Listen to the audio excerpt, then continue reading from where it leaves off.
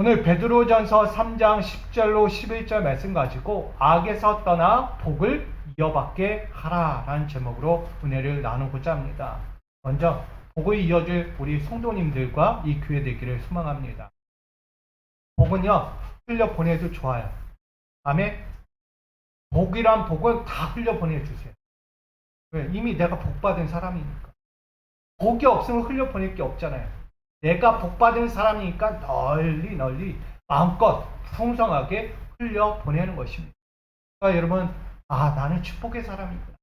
나는 하나님께 진짜 축복받은 사람이라는 것을 늘 기억하시면서 복된 사람으로 늘 살아갈 수 있기를 다시 한번 간절히 축복드립니다. 여러분, 우리가 살다 보면 한 가지 여기는 삶이 있습니다. 결국은 삶의 현장에서 매주 마주할 수밖에 없는 한 사람이 있는데 그것은 중심의 사람이 된다는 거예요. 여러분은 삶의 현장에서 매주 마주할 거예요. 매일 마주할 거예요. 왜? 그 중심이 내가 한 사람이구나. 그 기준이 되는 한 사람이구나라는 생각을 갖게 됩니다. 때론 가정에서도, 때론 직장에서도, 때론 교회 등 내가 속한 여러 분야에서 다양한 역할을 수행할 때 꼭 있어야 될 한 사람으로 세워집니다. 그것이 바로 중심의 사람입니다. 어떠한 목적이나 방향을 이루는 데 있어서 좌로나 우로나 치우치지 않고 그 중심을 분명하고도 확고하게 잡아줄 수 있는 사람들, 그런 사람들이 필요하죠. 저는 그 사람들이 오늘 여기에 있는 바로 성도 여러분들이라고 생각합니다. 여러분이 속하여 있는 여러 영역들 가운데서 그 중심을 잡아줄 수 있는 한 사람, 그 한 사람들이 바로 여러분들이에요. 성도님들이 속한 삶의 여러 영역들 중 여러분들이 그 중심에 있다는 것을 꼭 기억하셔야 돼요. 왜요? 여러분들은 그 매우 중요하고도 기본을 이루는 기둥이 되기 때문입니다. 굳건히 서 있어야 돼요. 가정에서도요, 여러분들이 굳건히 서 있어야 돼요. 누구를 흔들려 가도 나랑 한 사람은 굳건히 서 있을 때 그 가정은 흔들리지 않아요. 직장도 마찬가지예요. 내 기업도 마찬가지고, 한 사람이라도 거기에 중심을 붙잡고 딱 서 있으면 절대 흔들리지 않습니다. 교회도 마찬가지 아니겠어요? 수만 가지가 막 펼쳐지고 있는 교회 내에서도요, 중심을 잡아줄 한 사람만 있으면 그 교회는요, 잠잠해져요. 요란한 파도가 있어도요, 잠잠케 하신 누구를 보여요? 예수는 보잖아요. 거친 파도가 일 때 수많은 사람들은 어떻게 하냐. 우리 죽게 생겼다. 이 풍랑 가운데. 근데 예수님은요, 그 배 밑창에 들어가서 뭐하고? 잠자고 계신 거예요. 뭐하고 계신 거예요? 예수님이 세상 모를 정도로 잠을 자고 있는 게 아니라는 거예요. 세상 그렇게 요란해도 중심을 잡아줄 사람은 예수밖에 없다는 거예요. 그러니까 예수님 나오셔서 뭐하요? 믿음이 없는 자들아. 그러면서 하나님 앞에 기도하잖아요. 파도야 잠잠하라. 중심을 잡아줄 한 사람이 필요한 거예요. 여러분 가정이든 직장이든 여러분의 기업이 됐든 교회든 여러분이 속한 어디에서든 여러분들이 중심을 잡아주고 걸어갈 수 있기를 부탁드립니다. 그게 기둥이에요. 기둥. 매우 중요한 역할을 하는 것이죠. 그런 기둥들은 모든 방향과 목적을 흐트러짐 없이 이끌어주고 견고하게 그 공동체를 세워줄 사람이라고 말합니다. 왜냐하면 그들 가운데 한 가지가 있어요. 아주 중요한 한 가지. 저는 그것을 시편 37편 31편에 이렇게 전하고 있다고 말합니다. 함께 읽어볼까요? 시작. 그의 마음속에 하나님의 법이 있으니 그의 발걸음이 흔들리지 않는다 라고 말씀합니다. 3번역에 나와요. 흔들림 없이 모든 방향과 목적을 향하여 나가는 사람들에게 한 가지가 있는데 그게 뭐냐? 하나님의 법이 그 안에 있다는 거예요. 하나님의 법이 그 안에 있으면요, 절대 흔들리지 않는 거예요. 하나님은요, 이 땅 가운데 자신의 계획과 목적을 이루고 뜻을 이루기 위해서 믿음의 사람들을 부르십니다. 그리고 그들 가운데 하나님의 법을 세워가십니다. 사람들의 영역 안으로 들어오신 하나님은 인간을 이해하시며 삶의 동행자가 되시는 동시에 때론 엄격한 영적 윤리를 기준으로 마음과 감정과 의지들을 조율하시면서 하나님의 자녀로서의 존재 이유와 거룩한 순종의 삶을 요구하고 있다는 거예요. 그게 하나님의 법이에요. 한마디로 이야기한다면 우리 인간의 내면으로 들어오셔서 우리를 만져가는 거예요. 내가 마음대로 하고 싶을 때, 내 생각대로, 내 뜻대로, 내가 원하는 대로 가고자 할 때 하나님의 법이 들어와서 그게 아니다. 그건 절제해야 되고 그것은 멈춰야 한다는 것을 알려주는 거예요.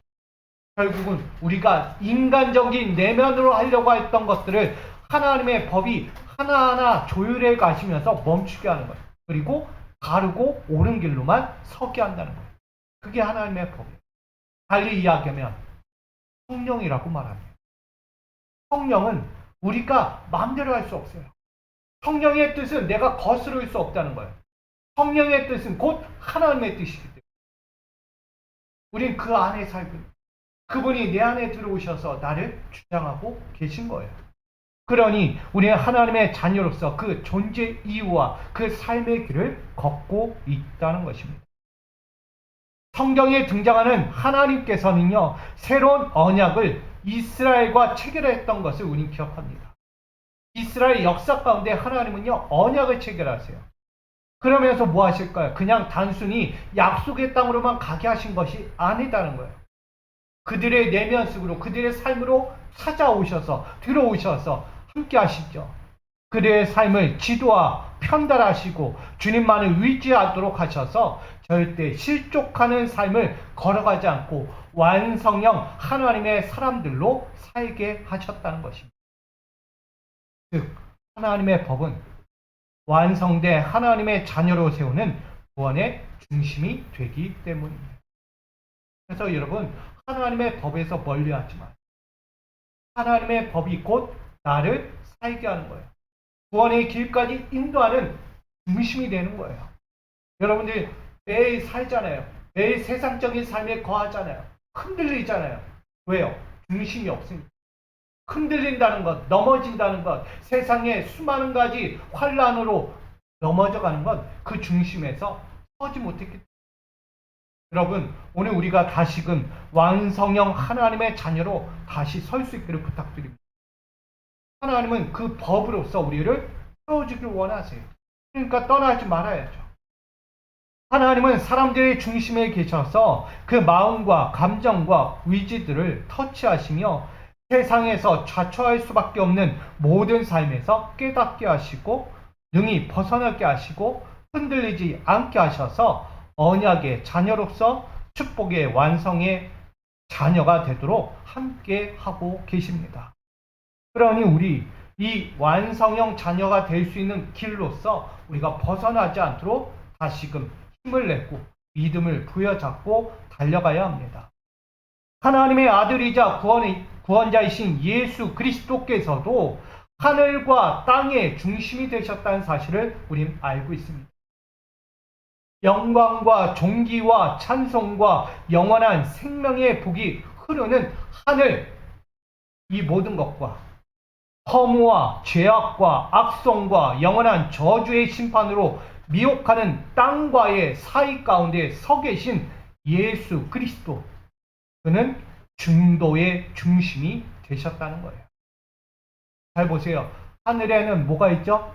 하늘엔 영광과 존귀와 찬송과 영원한 구원이 있어요. 그러나 이 땅에는 그와 반대로 허무와 죄악과 악송과 영원한 저주의 심판이 있다. 그러면 인간이 살아가는 이 삶의 중심에 누가 있어야겠어요? 당연히 예수 그리스도가 계셔야.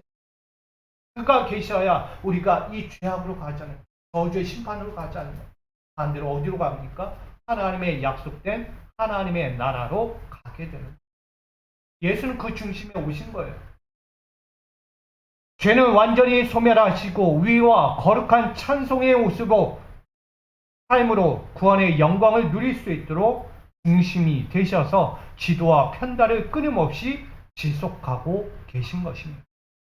그가 예수 그리스도, 그가 또한 떠나가시며 보내신 교회사 성령이시기도 합니다. 여러분은 그런 삶에 거하고 있어요.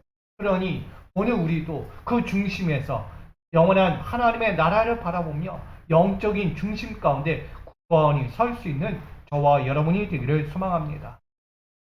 그런 의미에서 오늘 본문은 이렇게 전하죠. 베드로전서 3장 그리스도인의 영적 생활 이야기입니다. 영적 생활은 어떤 생활이 영적 생활일까? 이야기의 뜻, 중심이 서 있는 거예요.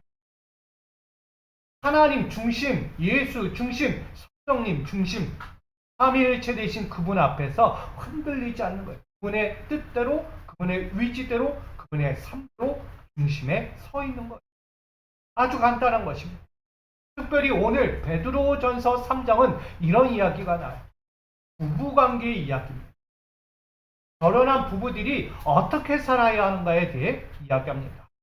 가정생활에서 아내는 남편에게 순종하고 외모보다 마음을 다듬고 남편은 아내에게 연약한 그릇임을 알고 소중히 여기라고 말합니다. 또한 형제에 관하여서 이웃에 관하여서는 사랑과 겸손과 긍휼을 가지며 악을 악으로 갚지 말고 오히려 복을 바라고 악행으로 고난받지 말고 선행으로 고난받고 복을 주며 감사할 것을 권면하고 있습니다. 어렵죠? 주보보면 나와 있어요. 여러분, 가정생활이라는 것, 남편은 아내에게, 아내는 남편에게 어떻게 해야 하는지, 어떤 삶으로 다가가야 하는지를 말하고 있습니다. 나아가서 그리스도인은 고난 앞에서도 인내와 믿음과 소망을 잃어버리지 말고 항상 그리스도의 영으로 참된 전 인격적인 생활을 사모하고 위지하고 구하라고 전하고 있습니다.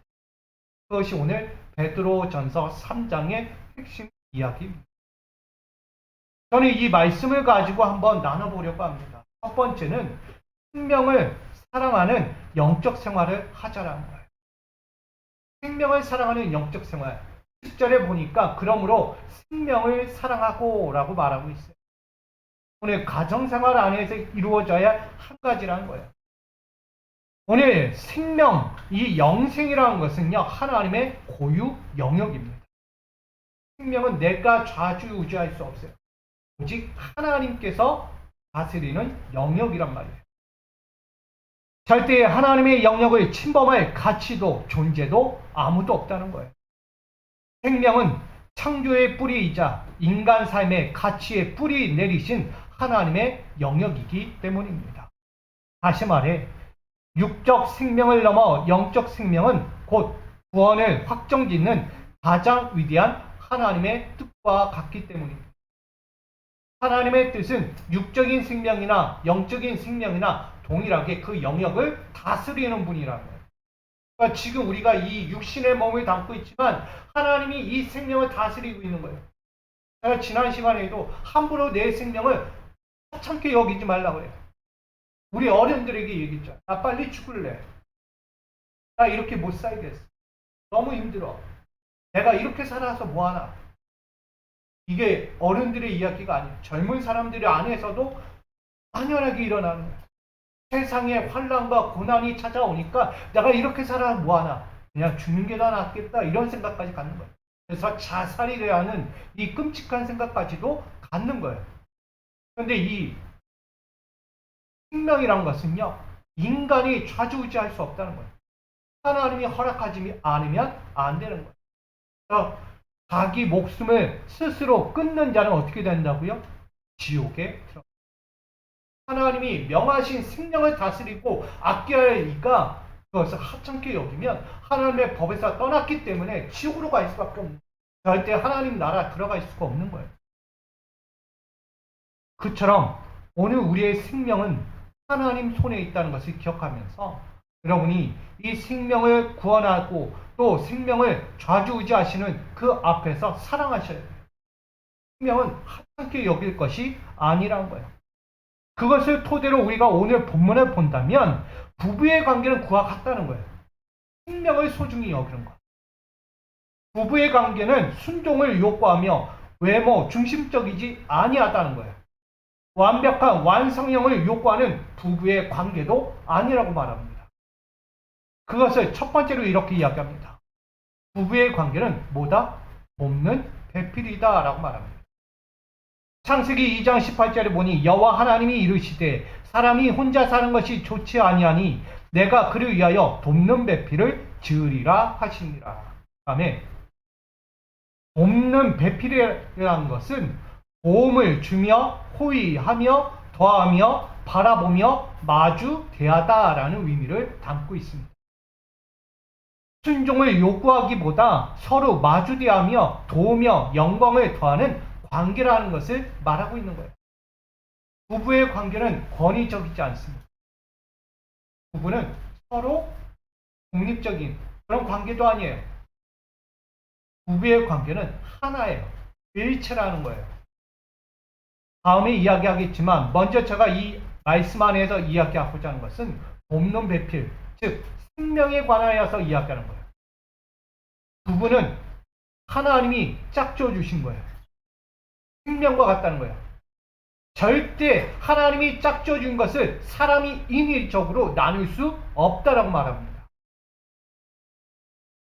생명을 끊는 것과 같은 거예요. 인위적으로.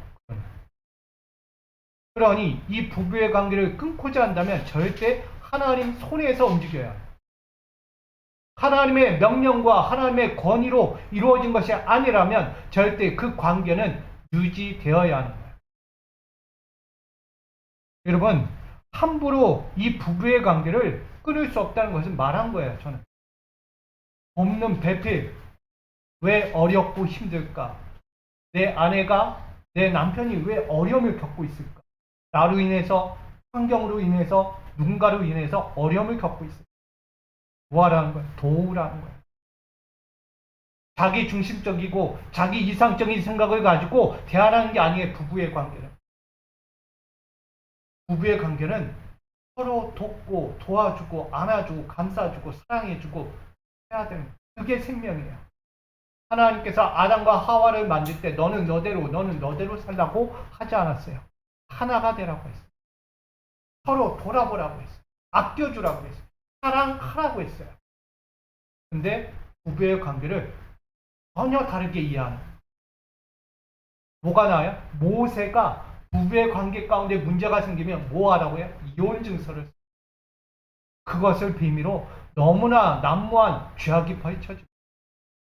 악용하는 거예요.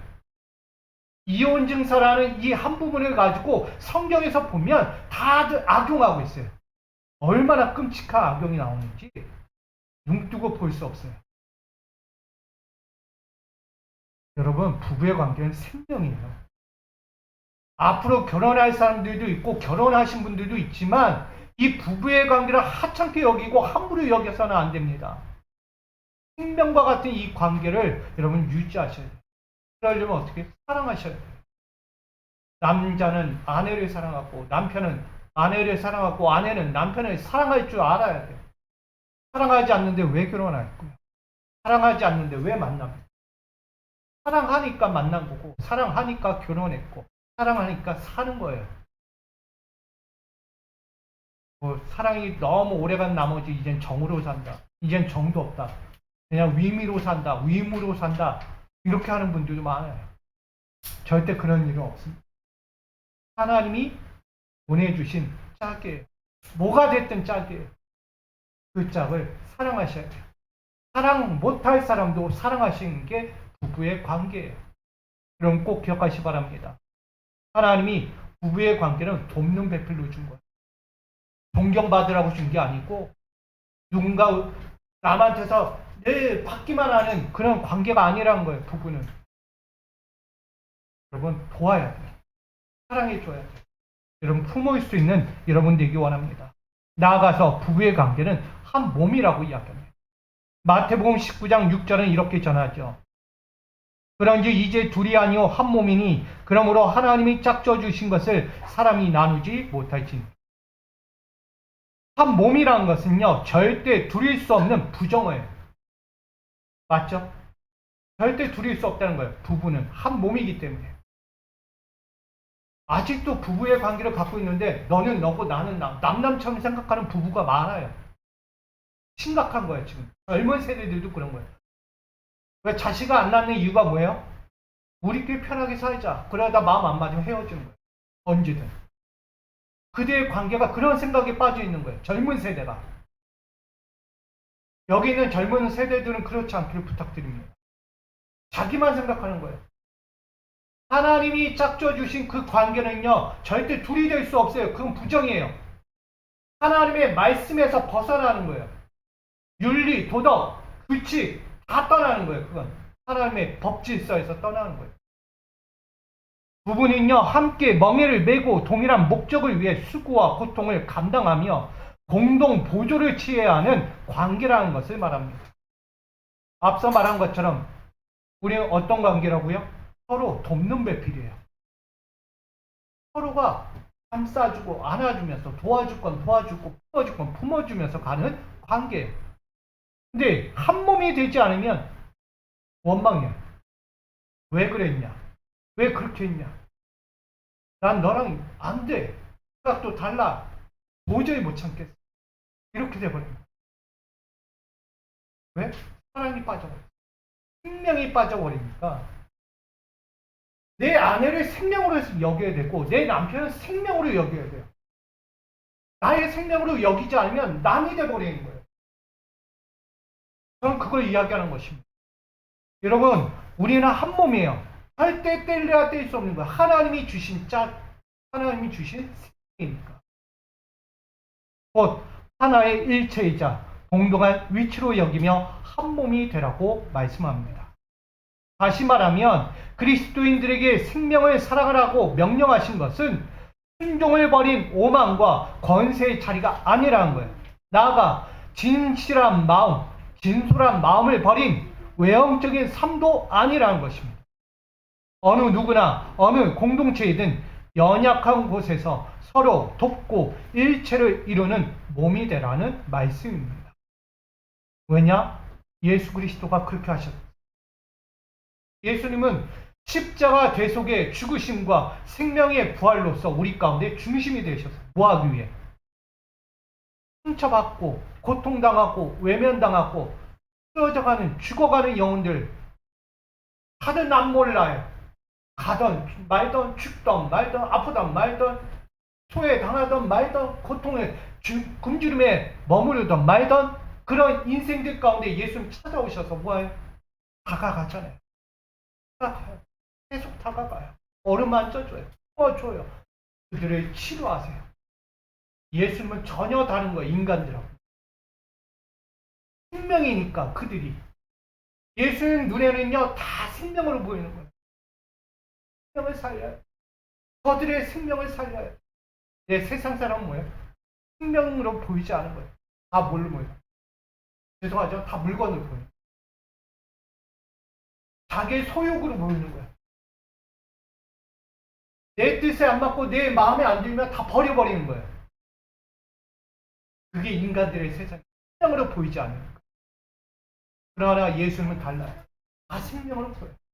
부한 자나 가난한 자나 잘난 자나 못난 자나 다 생명으로 보여요. 이게 다른 거예요. 그래서 그는 구원의 영광을 이룰 때까지 생명의 위대한 가치를 날마다 그들 가운데 심어주고 또 심어주고 또 심어주면서 말씀하신 거예요. 오늘 저와 여러분도 그렇게 살아갈 것을 권면하고 있습니다. 여러분, 생명이에요. 부부의 관계가 됐던 자녀의 관계가 됐던 내 이웃과의 관계가 되었던 어느 누구나 다 생명으로 보일 수 있기를 부탁드립니다. 이처럼 저와 여러분은 악이 난무하며 생명 위기와 생명 단절을 맞이할 수밖에 없는 삶의 여러 영역들이 찾아올 수 있습니다. 그러나 구원의 위대한 하나님의 뜻을 확정짓는 다가올 영원한 생명을 반드시 얻기 위해서 생명을 사랑하는 영적 생활의 완성형 중심이 되어가는 첫 번째 사람이 되기를 부탁드립니다. 자, 두 번째는 좋은 날 보기 원하는 영적 생활을 하기를 부탁드립니다. 10절에 보니 좋은 날 보기를 원하는 자라고 말씀합니다. 좋은 날 보는 것은 하나님께서 선포하신 말씀의 영역입니다. 뭔지 이해되십니까? 좋은 날 보는 것은 하나님께서 선포하신 말씀의 영역이라고. 자, 이 세상은 뭘로 지었죠? 하나님의 입에서 나오는 말씀으로. 창조는 하나님의 말씀이에요. 이 말씀으로 세상이 딱 질서 있게 만들어진 거예요. 그 중심에 누구를 세워놔요? 인간. 그리고 명령하세요. 너희는 이 땅을 정복하고 다스리라. 그리고 생육하고 번성하라. 이게 하나님이 이 땅에 인간을 더욱 중심으로 세워놓으시고 말씀하신 거예요. 축복하신 거죠. 결국은 하나님의 말씀이 먼저 중심이 되어서 이 땅에 펼쳐진 거예요. 하나님의 말씀이 없었다면 아직도 혼돈하고 암흑 가운데 있을 거예요.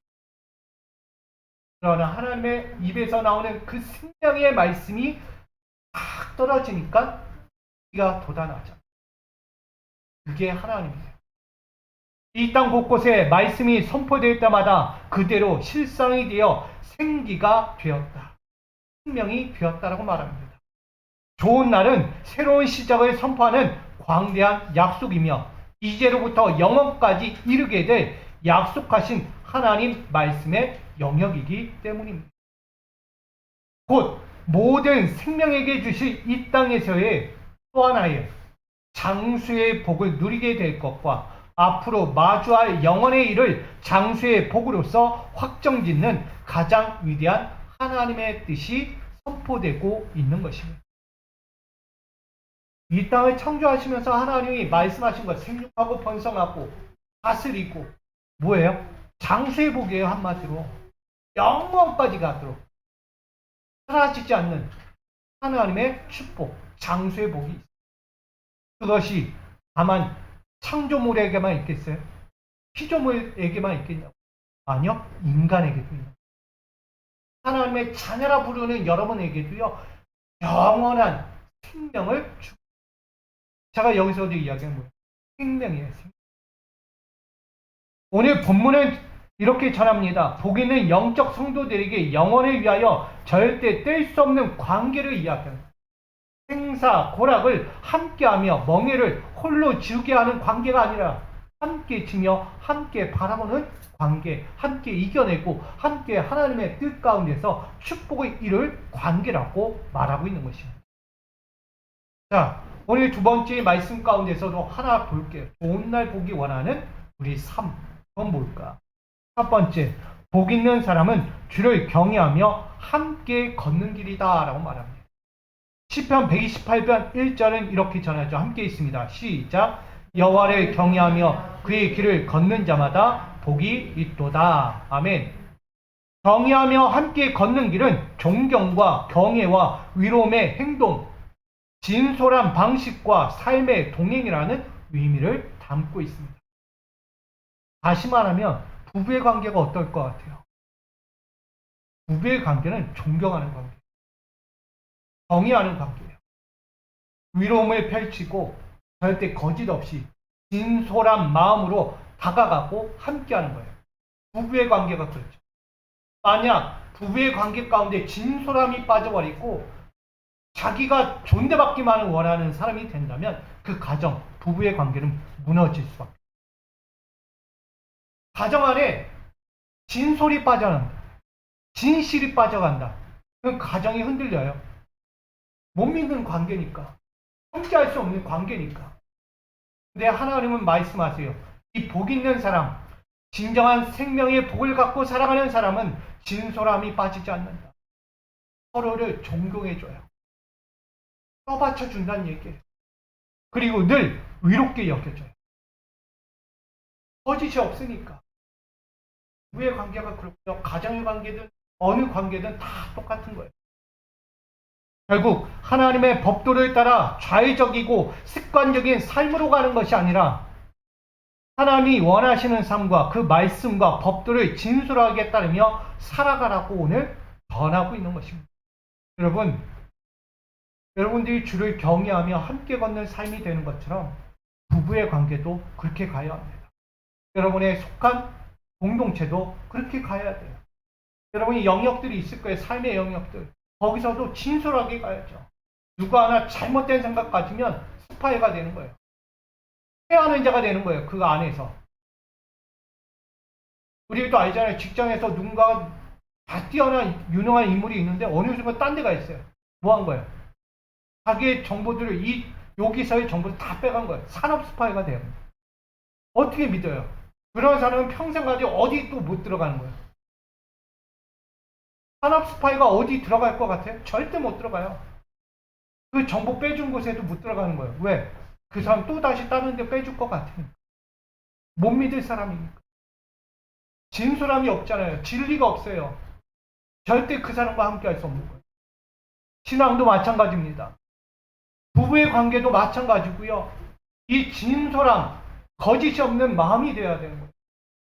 우리는 믿는 사람들과 함께 합니다. 그러니 하나님이 원하시는 삶의 믿음의 사람을 우리는 함께 하는 거예요. 저는 여러분들 믿어요. 아멘? 여러분들 저 믿으세요? 누군가 우리 교회를 바라보고 왔는데 혹시 금방 사라질 교회인가? 혼자 자기만 놔두고 도망갈 사람인가?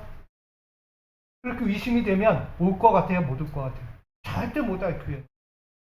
세상은 지금 그렇게 보고 있어요. 교회를 보니까 정말 못 믿을 사람들이야. 더 이상 못 믿겠다. 이 코로나를 시작으로 다 알려진 거예요. 세상에. 교회가 어떤 곳이냐? 못 믿는 곳이다. 이전에는 믿던 못 믿던 그냥 와 있는데 이제는 코로나 시국을 통해서 하나하나 다 벗겨지고 나니까 교회들이 믿는 자리 벗겨지고 나니까 실상이 보이잖아요. 못 믿을 사람들이. 저기 가서 어떻게 하냐? 저기 가서 내가 하나님 믿겠다고? 아, 못 믿겠어. 하나님 내가 혼자 믿고 말지. 이렇게 돼버린 거예요.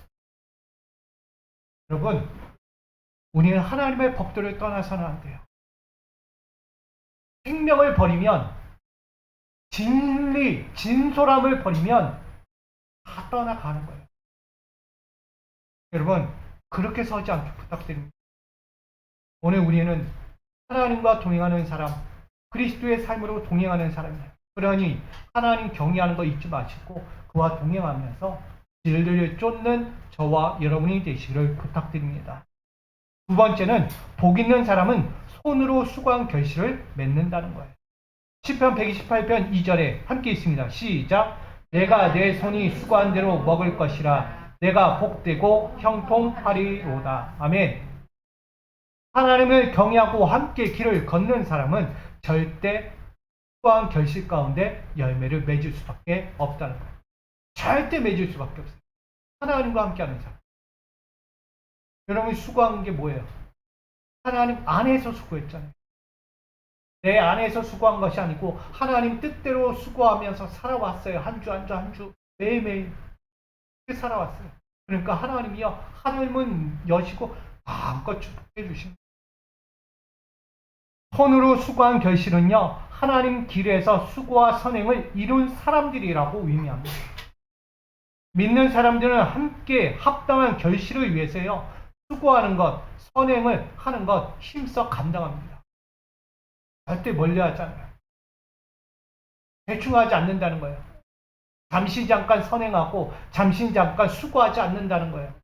꾸준하게 열심히 수고한다는 거예요.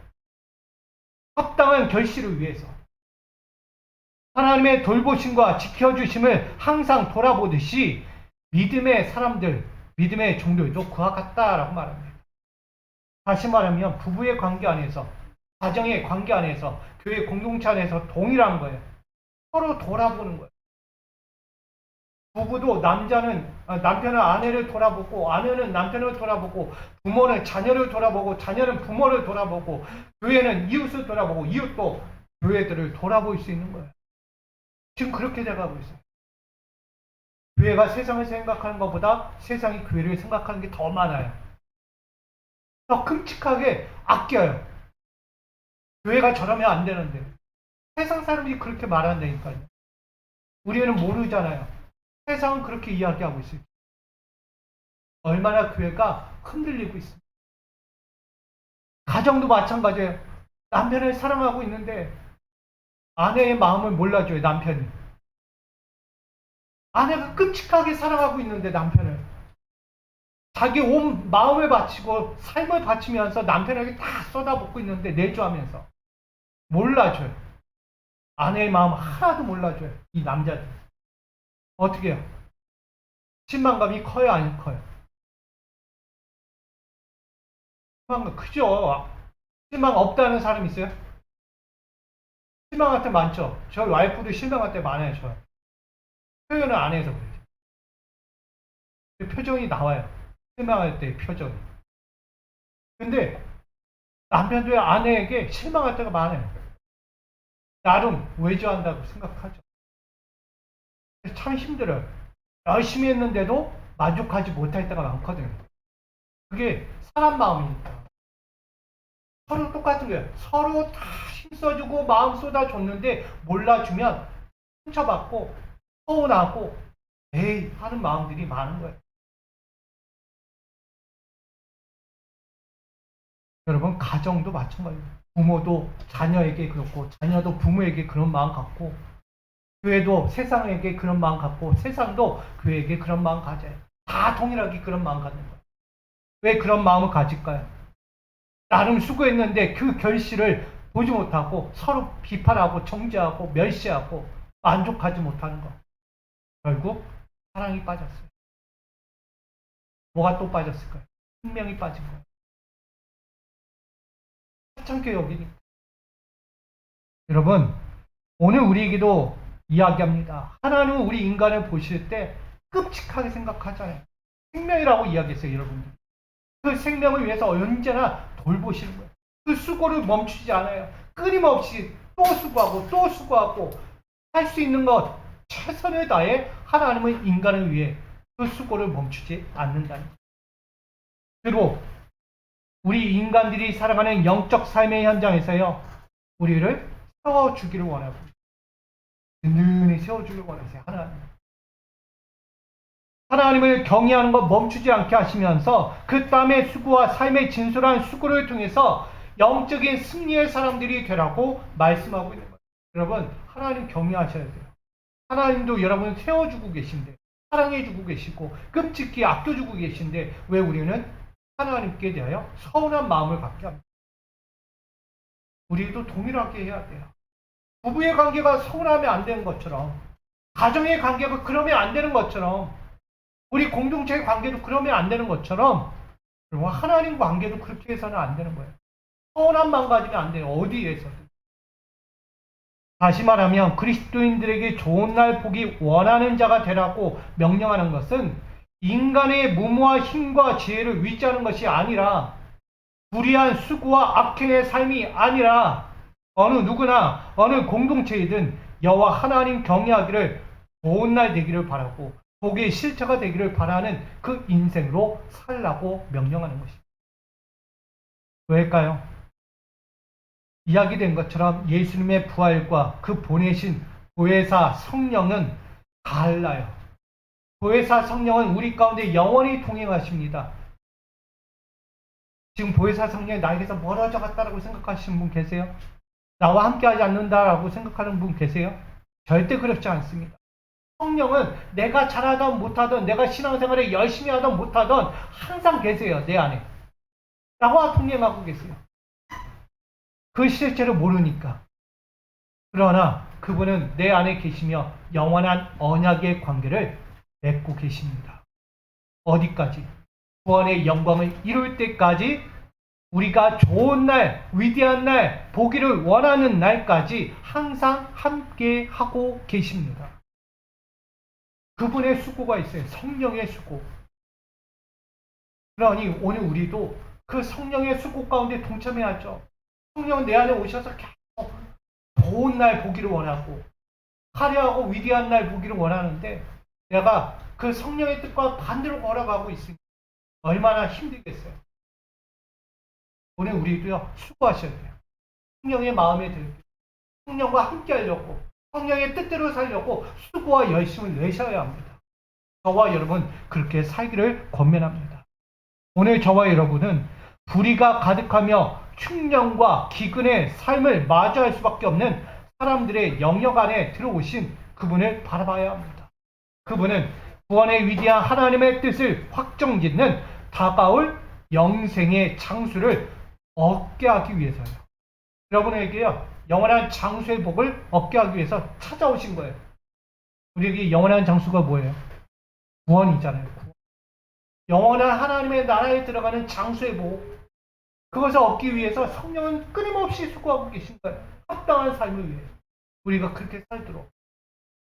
그것처럼 오늘 악이 난무하며 생명 위기와 생명 단절을 마주할 수밖에 없는 우리 삶의 영역들 안에서 구원의 위대한 하나님의 뜻을 확정짓는 번영과 장수의 복을 반드시 얻기 위해서 좋은 날 보기 원하는 우리 영적 생활의 완성형 중심이 되어가는 저와 여러분들이 될 수 있기를 주님의 이름으로 축복드립니다. 결론을 맺고자 합니다. 오늘 악에서 떠나 복을 이어받게 하라. 오늘 이 말씀을 통해 여러분들에게 주고자 하는 축복의 말씀은 오늘 3절의 말씀과 같습니다. 화평을 구하며 그것을 따르라. 아멘. 화평을 구하며 따르는 자에게 하나님의 자녀가 되는 권세를 입혀주십니다. 하나님의 자녀는요, 화평을 따라야 돼요. 늘 평안이에요, 평안. 샬롬, 샬롬. 지금도 샬롬, 앞으로도 샬롬, 영원히 샬롬이 되어요.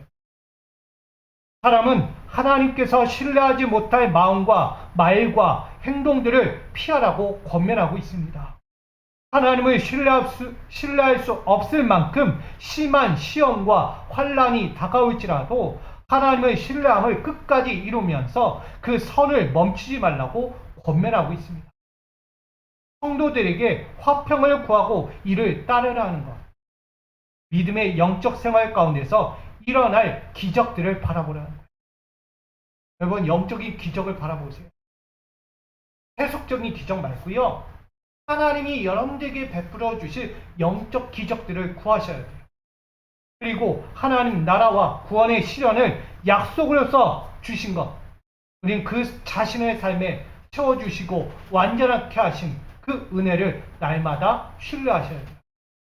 하나님이 내 안에 오셔서 나를 온전케 하시고 나를 구원의 실현의 약속 가운데 세워주신 것을 신뢰하면서 바라보셔야 돼요. 내가 구원 받을까 못 받을까? 내가 구원의 길을 가고 있는 것인가 안 가고 있는 것인가?